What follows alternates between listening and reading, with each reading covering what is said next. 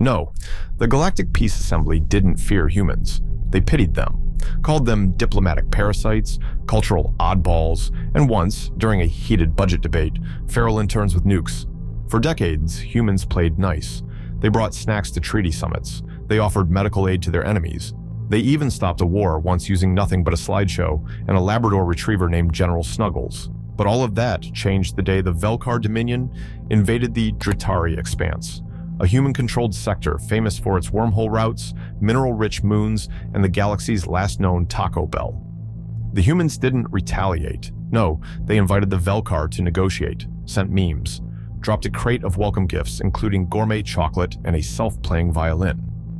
The Velkarr, obviously, responded by bombing a diplomatic shuttle, issuing a statement that humans were emotionally unstable meat sacks, and annexing 3 more colonies for spiritual cleansing.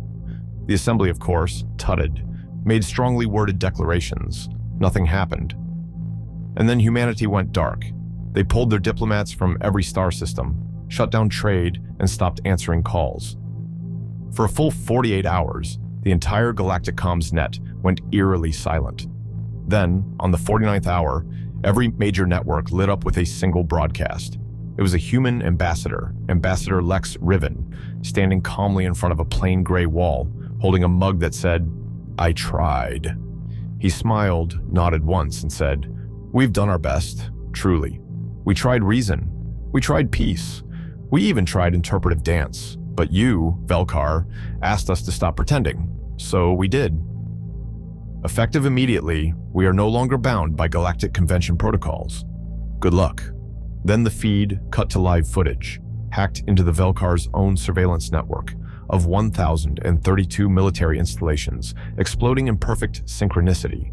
No warnings, no buildup. Just fire, static, and the sound of one engineer in the background screaming, "I told you not to poke the monkey." The Assembly lost their collective mind. Emergency meetings, security lockdowns. One member tried to resign via escape pod. Meanwhile, the humans were still silent. No demands, no responses. Just efficient, systematic erasure of everything the Velkarr ever built. And deep in the ruins of their central command hub, a single transmission repeated endlessly across every cracked screen, every broken console, every orbital relay. "We're not angry, we're just done." The Velkarr didn't understand what real fear was until their empire's most secure war council chamber started shaking, not from explosions, but from silence. The kind of silence that fills a room when you realize your entire planetary defense grid is offline and no one knows why. Their top general, who once ripped a rival's eye out during a budget dispute, was now quietly sweating through his ceremonial armor, while 36 analysts tried to figure out how their systems had been hijacked by a race they once called weaponized toddlers. And then it happened. Every screen blinked to life. Every holographic display switched simultaneously to a single view, Earth. Not Earth's military, not its fleet, just Earth. Calm, blue, alive. And then came the voiceover. Human, smooth, sarcastic. "Hi there. We'd like to thank the Velkarr Dominion for their unsolicited interest in galactic redistribution. Unfortunately, we are fully booked on invasions for the next eternity. Please enjoy this complimentary demonstration of our revised diplomacy settings." That's when the real feed began. Surveillance cams from Velkarr outposts, live stream detonations of unmanned supply ships, security footage of human stealth troopers appearing in empty corridors like ghosts with vendettas, and at the center of it all, Operation Loud Exit. A coordinated sequence of attacks so precise, so unreasonably effective that alien war colleges would later call it aggressively educational. The Velkarr capital fleet, gone. Their orbital stations, deconstructed mid-sentence. Their communication satellites, rerouted to broadcast the words "oops" in 57 languages, followed by a compilation of human soldiers doing finger guns at the camera before detonating something enormous. The Galactic Peace Assembly was losing its mind. One ambassador tried to declare the humans a war crime. Another suggested humans were no longer biologically eligible for diplomacy. Someone proposed reclassifying Earth as a natural disaster. But nobody knew what to do because the humans still hadn't made any demands. They hadn't asked for territory, reparations, or apologies. They didn't even gloat. They just cleaned house, efficiently, silently, thoroughly. Meanwhile, inside the Velkarr High Citadel, a last-ditch security team was trying to hold the line when their command center doors hissed open to reveal a single human in casual fatigues holding a cup of coffee and wearing a badge that simply said, Craig. Craig didn't speak. He just placed the coffee on the console, nodded once, and tapped his wrist. The lights went out.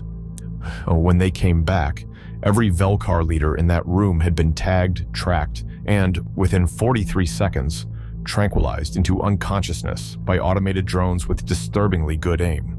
In the aftermath, the only thing the Velkarr managed to salvage was one shaky piece of surveillance footage, grainy and half-corrupted, of a human operative looking straight into the camera and saying, "You shouldn't have made us skip lunch." That line alone was later classified as a weaponized phrase under interstellar law. And back on Earth, humans resumed business like nothing happened. Traffic jams returned, political arguments restarted. And when asked about the incident at a press conference, the EarthGov spokesperson simply replied, "Look, we tried everything else.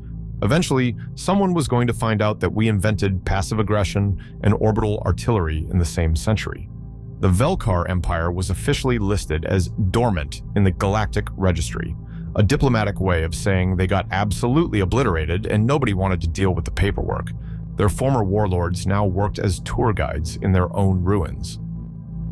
The only thing left of their once proud battle fleet was a museum plaque that read, "Here lies hubris."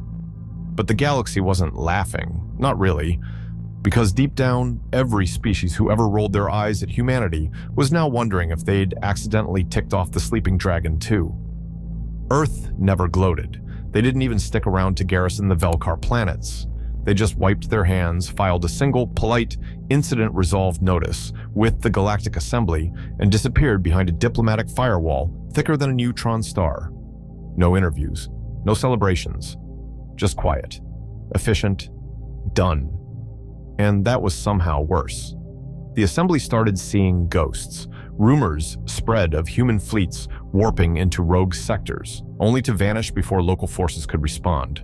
Entire pirate syndicates went offline overnight, their ships found neatly stacked in orbit with the word "stop" etched into their hulls.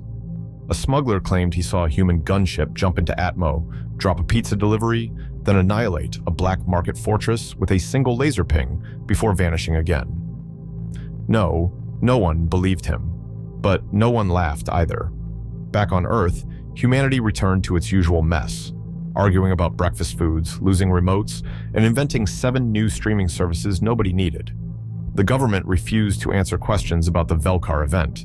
When pressed, one diplomat simply said they had it coming and went back to watching cat videos. The galaxy tried to move on. The Assembly held awkward reconciliation talks. Species began sending Earth friendship tributes, which ranged from advanced tech to deeply unsettling poetry. And Earth, in turn, sent back t-shirts that read, "Earth, please don't test us." The shirts sold out in hours. Meanwhile, the humans quietly expanded their influence, not through war, but through subtle placement. One colony here, one trade route there. No big announcements, just careful, strategic nudges that reminded everyone, we're still here, we're still watching. And we're still very, very good at ending things. The Velkarr homeworld, now a neutral peace garden, received one final transmission. A simple audio file, no threats, no demands, just the voice of a human child asking, why were they mean to us? Followed by silence. The planetary AI reportedly shut itself down for 2 days out of existential dread. And so, the galaxy learned something important. Humans weren't dangerous because they were emotional. They weren't feared because they were strong. They were terrifying because they were patient, because they asked nicely, waited politely, and gave you every possible chance to not be a dumbass. But if you insisted, if you really truly demanded to see what happened when they stopped trying, well, they'd show you. And when it was over, they wouldn't be angry. They'd be finished. Enjoyed that? Drop a comment and hit subscribe. Don't let this be our last encounter.